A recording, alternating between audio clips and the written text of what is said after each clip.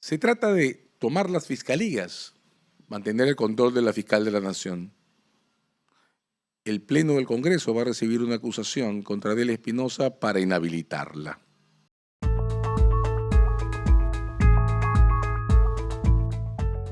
El procedimiento surge de una decisión adoptada por la Comisión Permanente esta semana. La Comisión Permanente ha acordado acusar a Adela Espinosa ante el Pleno y pedir su inhabilitación. Miradas las cosas en perspectiva, la mecánica de la que surge esta decisión es bastante fácil de reconocer. El 19 de septiembre, la Junta Nacional de Justicia, la mayoría de la Junta, acordó suspender a Adela Espinosa, un procedimiento sin ningún sentido, ya lo hemos discutido aquí en este espacio varias veces. Desde el 10 de noviembre, un juez de la República, un juez constitucional, tiene vigente una orden contra la Junta Nacional de Justicia para que esa suspensión sea levantada. Desde el 10 de noviembre hasta aquí, la Junta se ha entretenido en pretextos, coartadas, pésimas coartadas, para resistir la ejecución de esa orden. Esta semana la orden ha sido emitida por tercera vez. Los apercibimientos van a incluir un proceso contra la mayoría de la Junta que se está resistiendo a acatar una orden judicial. En su defensa, el 18 de noviembre, la Junta ha entregado el caso de la suspensión de Adela Espinosa al Tribunal Constitucional. Pero si uno revisa al detalle la ejecutoria de este Tribunal Constitucional en materia de competencias del Poder Judicial sobre procesos disciplinarios, incluidos los de la Junta, va a notar que la Junta no puede ganar ese caso. Para comenzar, si lo ganara, la propia reposición de Tomás Aladino Gálvez entraría en cuestión, porque él regresó precisamente por una sentencia de amparo que comenzó a discutirse ante el Poder Judicial. En el momento en que la Junta entrega su caso al Tribunal Constitucional, 18 de noviembre, comienza que no tiene escapatoria. Va a perder. No entendemos quién les ha dicho que ganar tiempo es ganar algo en realidad con un caso que está perdido.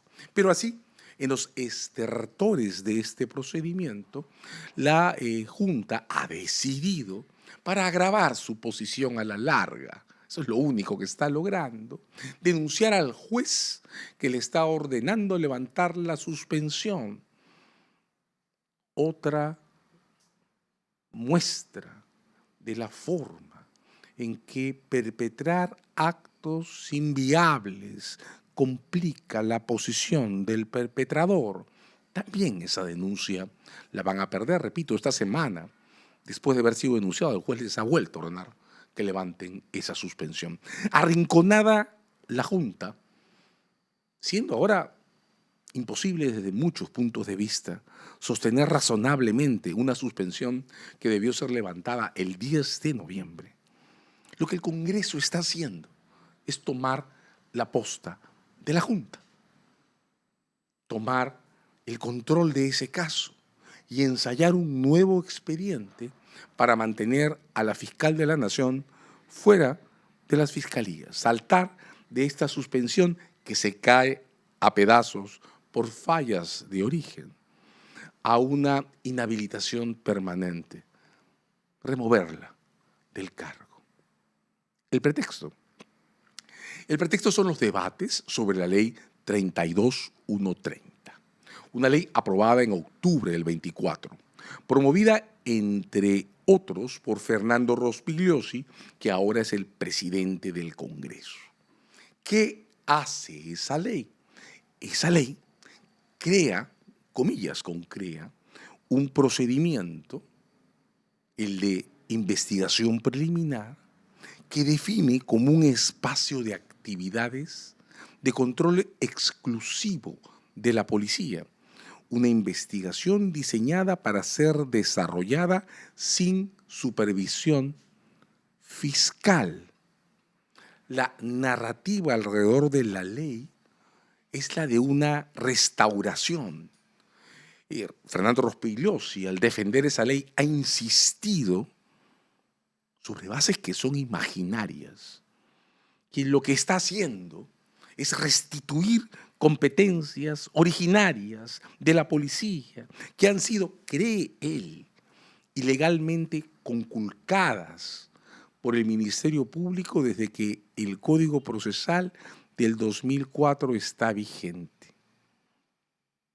El debate sobre esa ley existe porque todo esto es falso.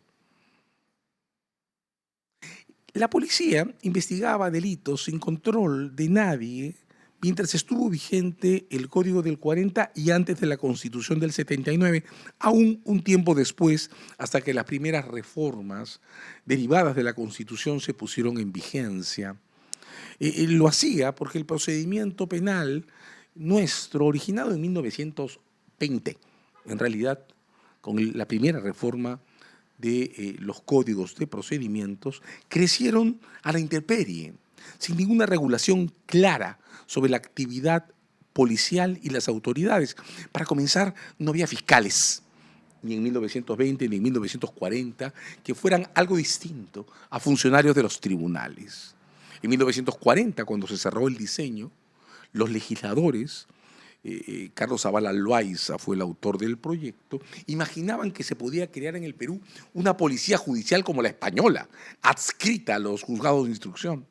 Eso no existió nunca, no se aprobó nunca, no se organizó nunca, de modo que el crecimiento de la policía desde los años 20, 30, 40 en adelante hasta la Constitución del 79 fue absolutamente anárquico, totalmente desconectado de las normas sobre el procedimiento, que además jamás se adaptaron apropiadamente para organizar las cosas.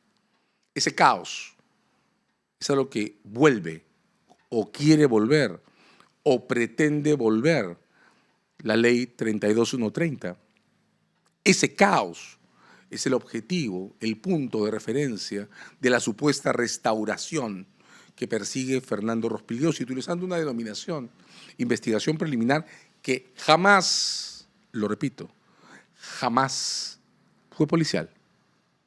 La construcción misma, investigación preliminar, la crearon las fiscalías después de la Constitución del 79 para darle nombre al procedimiento que la Constitución del 79 y las reformas derivadas de ella les asignó en la identificación del presunto responsable antes que comience el procedimiento judicial. Resumen, la ley 32130 pretende restaurar algo que nunca existió o que nunca fue de la policía y que no está regulado por la Constitución, un espacio formal de investigación criminal no orientado por las fiscalías. Por eso el debate. Por eso en el Pleno, el día que se aprobó esta ley, la señora Gladys Echaíz, que ha sido fiscal de la Nación, se puso de pie para oponerse públicamente a que esta ley se aprobara.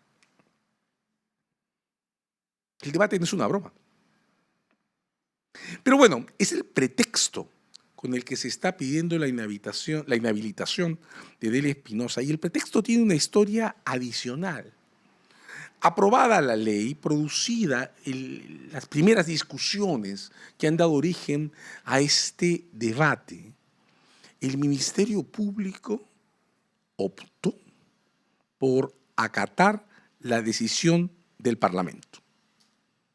Es cierto, la decisión no tiene la firma de Delia Espinosa, tiene la firma del señor Villena. De hecho, la señora Delia Espinosa no era fiscal de la Nación cuando esta decisión se tomó. Pero, repito, lo que decidió el Ministerio Público fue acatar la ley. Y para acatar la ley, aprobaron un reglamento.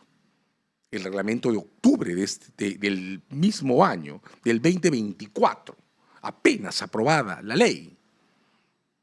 Ese reglamento dispone que las fiscalías la acaten y que organicen su actividad, que la reorganicen en los términos que la ley 32130 dispone.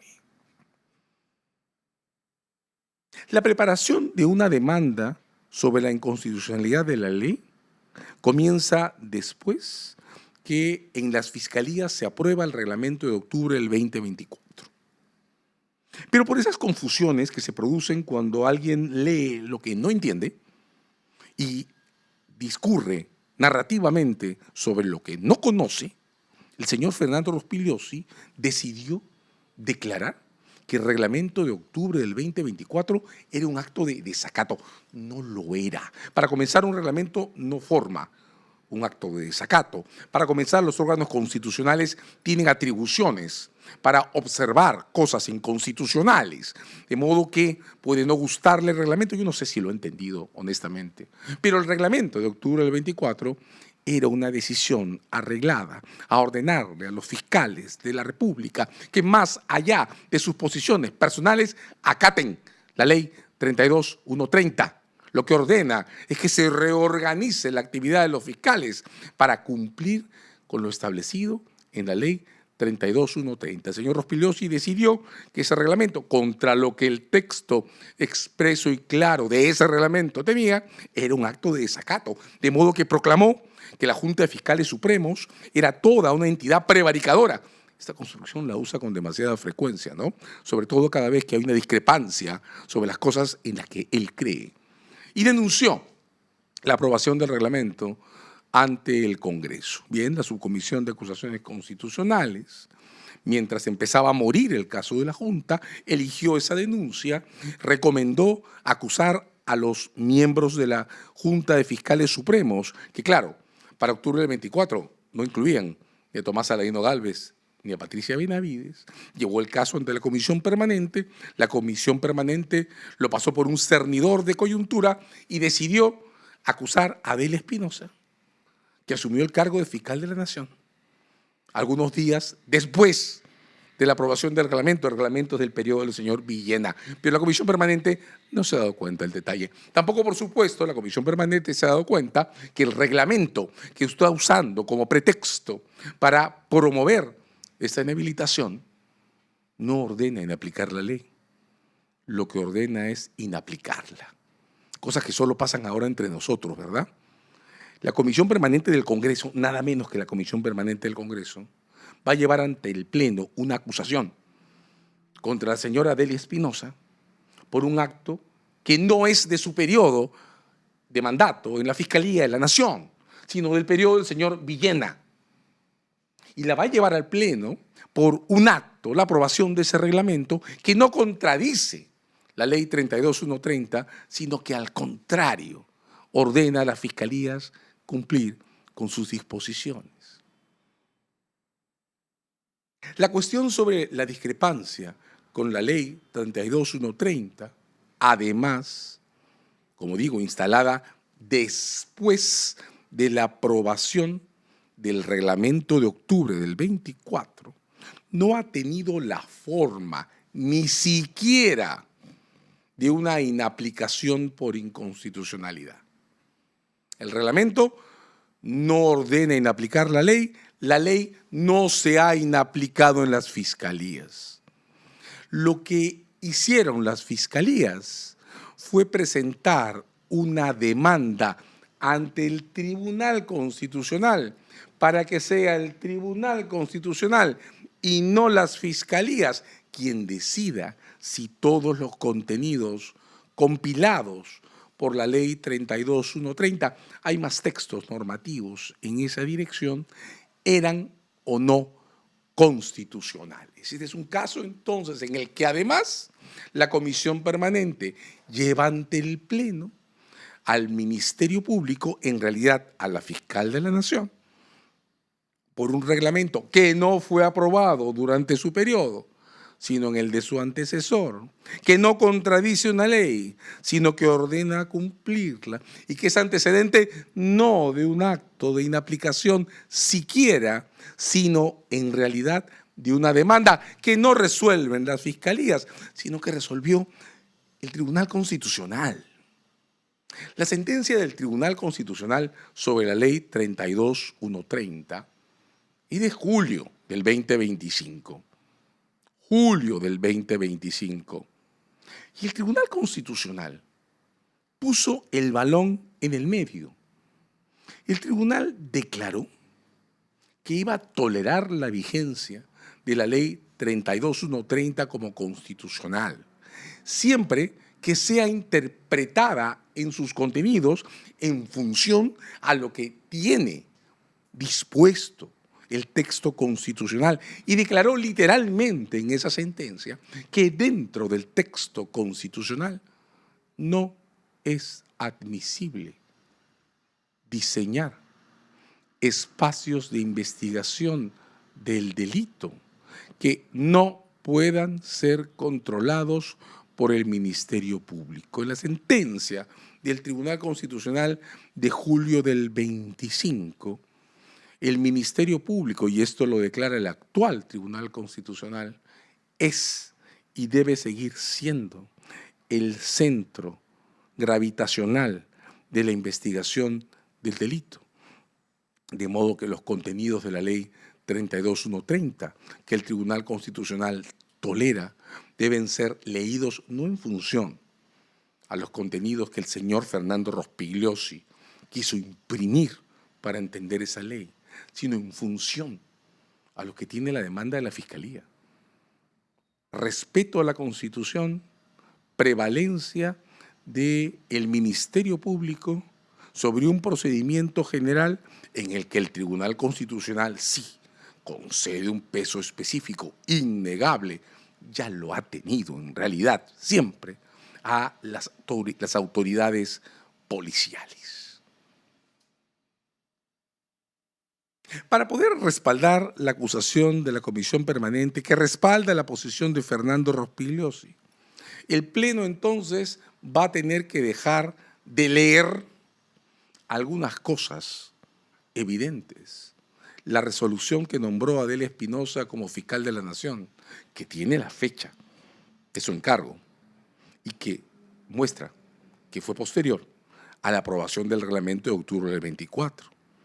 Segundo, el propio reglamento de octubre del 24, que en una lectura simple, lineal, confirma que lo que las fiscalías acordaron hacer fue acatar la ley 32130, no contradecirla. Tercero, y más importante, la sentencia del Tribunal Constitucional de julio del 2025, que en su texto expreso y claro no le da la razón al señor Fernando Rospigliosi sobre lo que él cree que debe pasar en el campo de investigaciones del delito, que por cierto no conoce.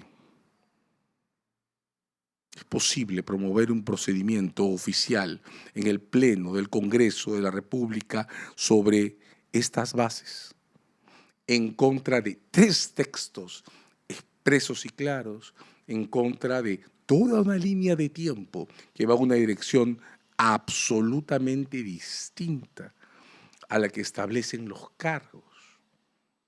Bueno, de un caso muy mal planteado, diseñado con una torpeza llamativa, el de la Junta Nacional de Justicia sobre la suspensión de Espinosa, pasamos a uno peor, el de una inhabilitación sin bases de ningún tipo.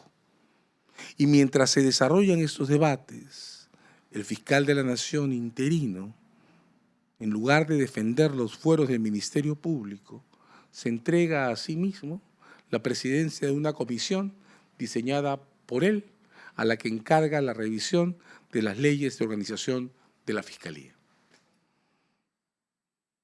¿Cómo comentamos eso? El Congreso sale a tomar la posta de la Junta en un caso que no tiene sentido, y quien ocupa la posición interina, la Fiscalía, mientras estos casos absurdos se discuten, decide entregarse a sí mismo una posición que le asegure tener algún punto de injerencia o influencia sobre la organización de las fiscalías, cuando todos estos casos se caigan como el castillo de naipes que en realidad son. Bueno, estamos discutiendo cosas muy serias, complejas sin duda alguna, cosas que exigen leer antecedentes, pero cosas muy serias. Estamos discutiendo cómo se van a organizar las fiscalías en su futuro inmediato. Por varias razones, sobre las que sin duda regresaremos. Las fiscalías se han convertido en estos 25 años en buena parte, el núcleo de nuestra reserva sobre la comprensión de lo justo y lo injusto, lo legal y lo ilegal, lo permitido y lo que debe ser sancionado, no sin defectos, porque hay mucho que discutir y también los hemos discutido aquí. Pero nos estamos jugando el futuro de las fiscalías. Y si lo perdemos, en el siguiente capítulo lo que quedarán expuestos son los tribunales de justicia.